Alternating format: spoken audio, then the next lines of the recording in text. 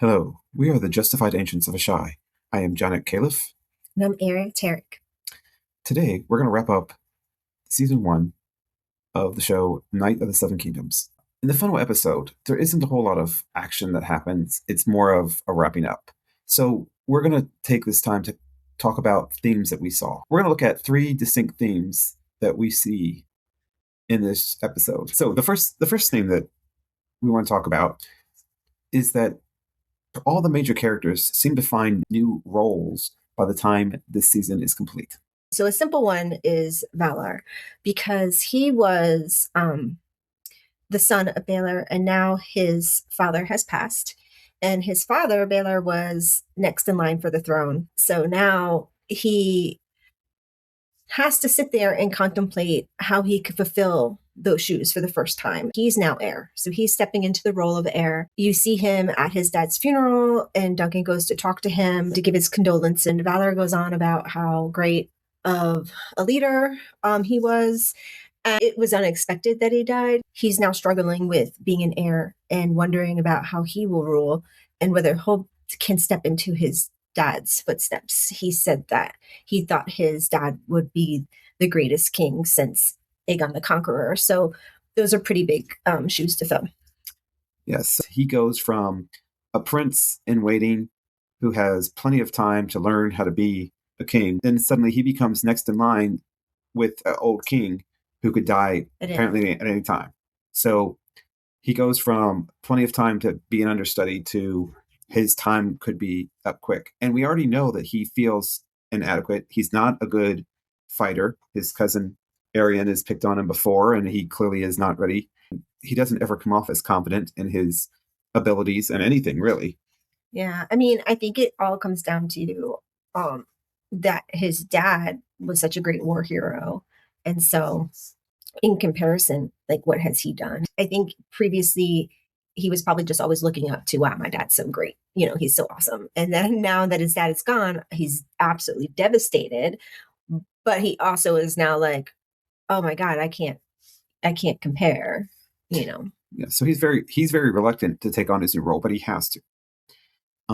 Somebody who I think is not reluctant is Maekar.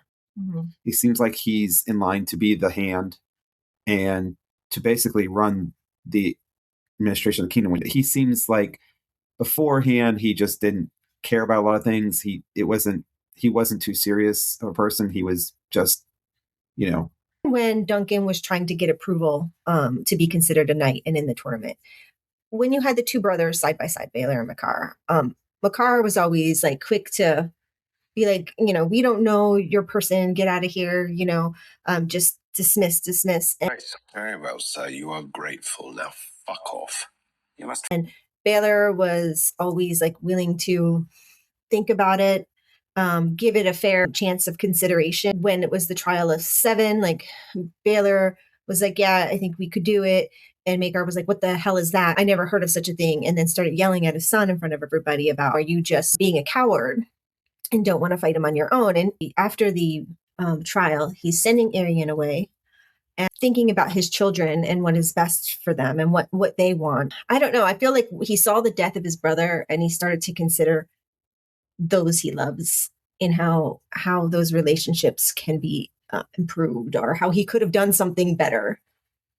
Because he's sending Aerion away and he unexpectedly, you know, Duncan is a nobody, yet he comes full circle and is like, actually, I think you're good for my son. I want you to be with him. And so I feel like he has changed himself a lot. Well, remember that Valaar said, I find it important to know my enemies, or to know the people I'm up against. And here's Duncan was essentially an enemy of his family, you know, attacked his son.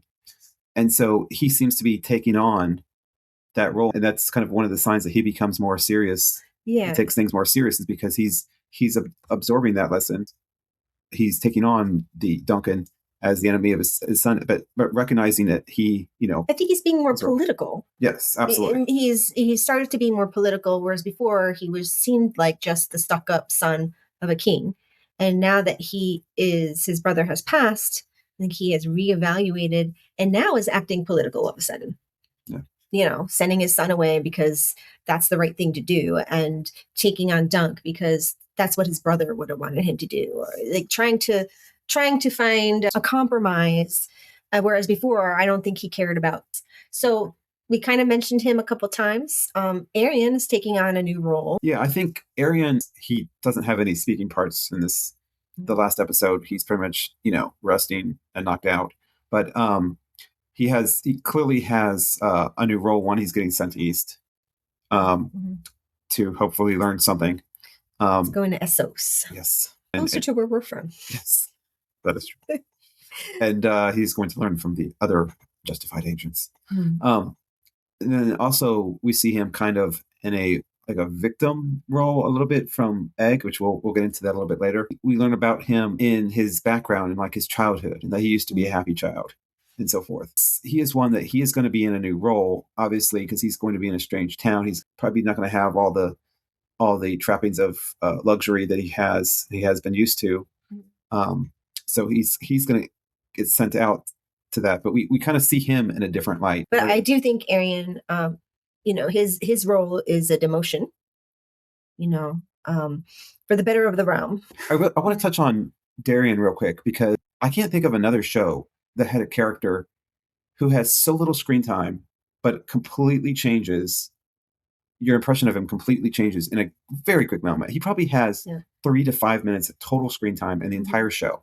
And he starts off as this like belligerent drunk who we don't understand what he's, about. He's just some sort of spoiled rich punk drunk kid who's supposedly taking charge of his brother and isn't doing a very good job of the one job he has. Yeah, because he's passed out drunk on a table instead of watching his younger brother. And he's afraid of Duncan because he had a dream.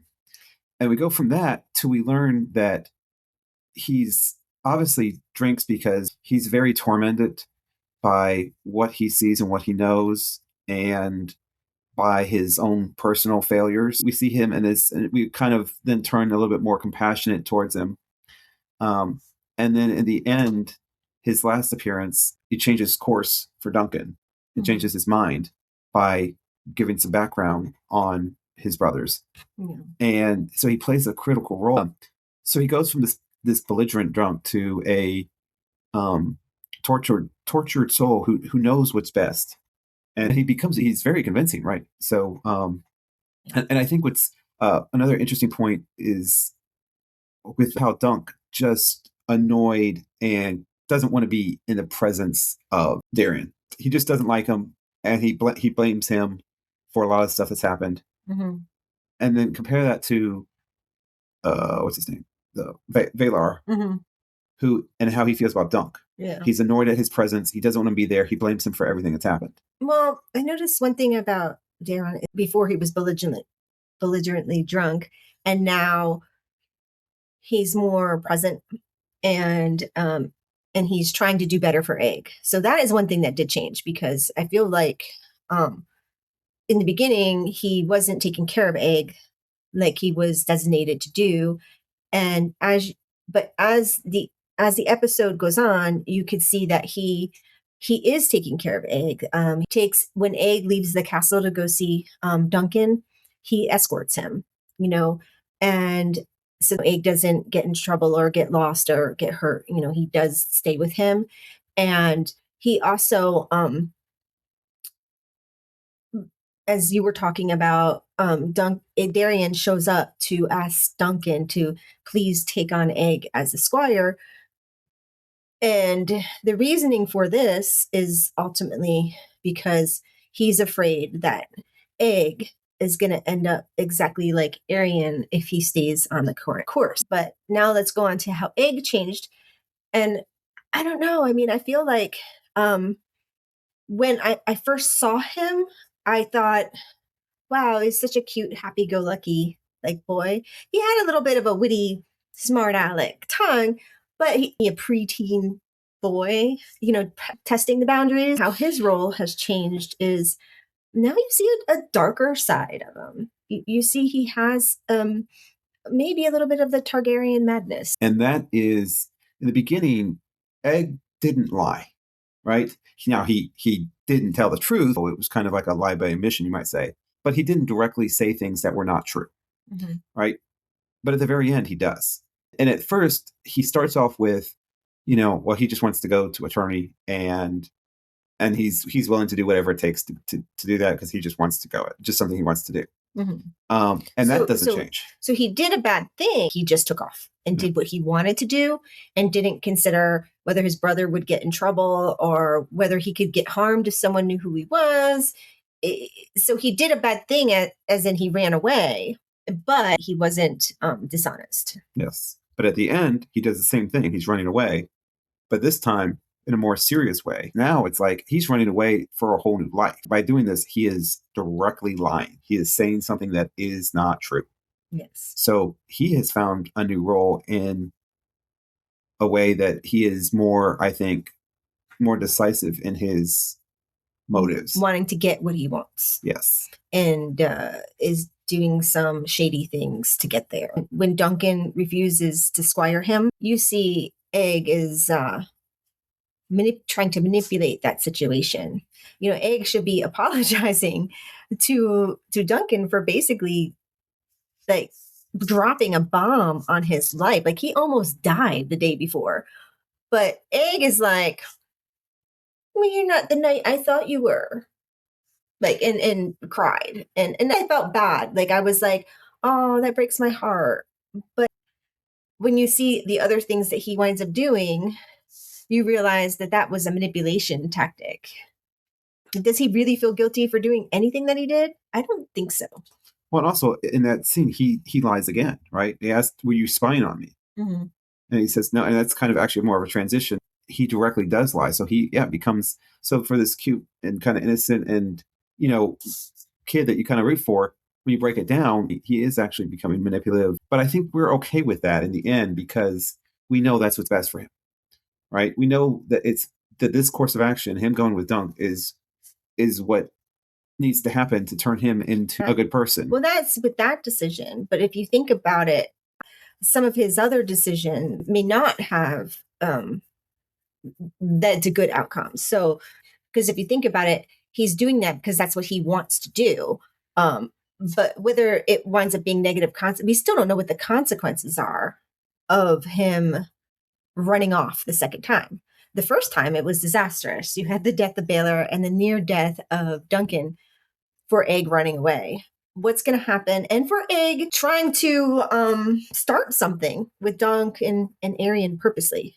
Like that was done on purpose. He didn't go to his dad. He didn't go to his uncle to resolve the issue. He went to Duncan because he knew Duncan was kind of slow and not the smartest. And he knew he cared about Tensal.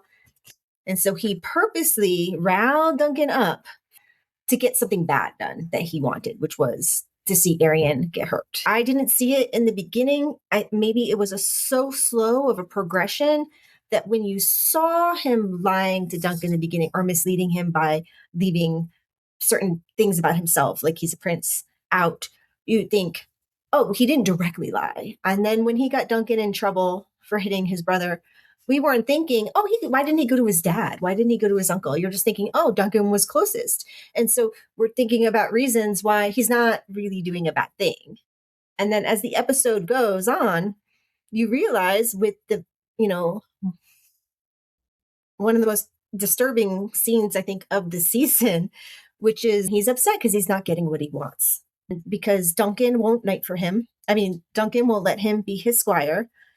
And you see him look in the mirror at himself and he starts to see blonde hairs growing. And that upsets him because, as you saw in a scene earlier, he cut his hair because he says he didn't want to look like Aerion. He's afraid he's going to be like Aerion and he hates his brother Aerion.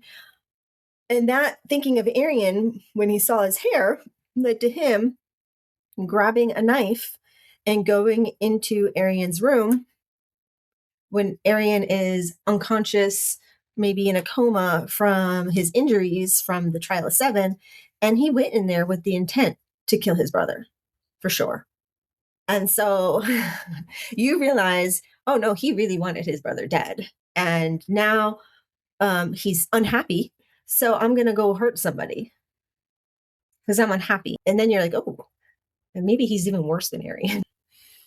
Okay. And that brings us to the biggest change is obviously the main character, the Knight of the Seven Kingdoms, and that is Duncan. We saw him coming into the tournament not knowing what he wanted to do. He thought he knew, right? He thought he just wanted to be a knight for some great lord. He wanted to know where his next meal was coming from, I think. It was just as simple as that. He was tired of the road life. He was naive, and he wasn't even officially a knight or recognized by a knight, certainly by anybody. But he completely changes his role in this by the end, as he's someone who turns down two of the greatest houses in the kingdom. Yeah, so he turned down Lionel Baratheon's offer to be a knight for him, and he turns down Maekar's offer to be a knight for Maekar. So this go from a guy who just wants to be a knight to turning down the biggest houses and drawing out, even though he doesn't know where he's going, he knows that what his course is, what his path is. He knows that his path is to continue on the life that he was shown. Well, he has moments of doubt and uncertainty. He realizes that he knows less than he thought he did about things, because he kind of thought that there was a sense of nobility and knights were honorable and things. And it's like he looks back at his whole what's happened, and he realizes that none of that is true. So like all these things he thought he knew, he doesn't. In the television version of the show, Duncan is older than what the book version of him is, because he looks like he's probably in his mid-20s on the show. But in the book, I'm thinking he's probably more of just a 17, 18-year-old at this point. So that's why he's still a squire, right? He is still a kid, but he's just, he's on that verge of 18 adulthood. He wanted to believe in fairy tales. And it's like through season 1, he sees the man behind the curtain.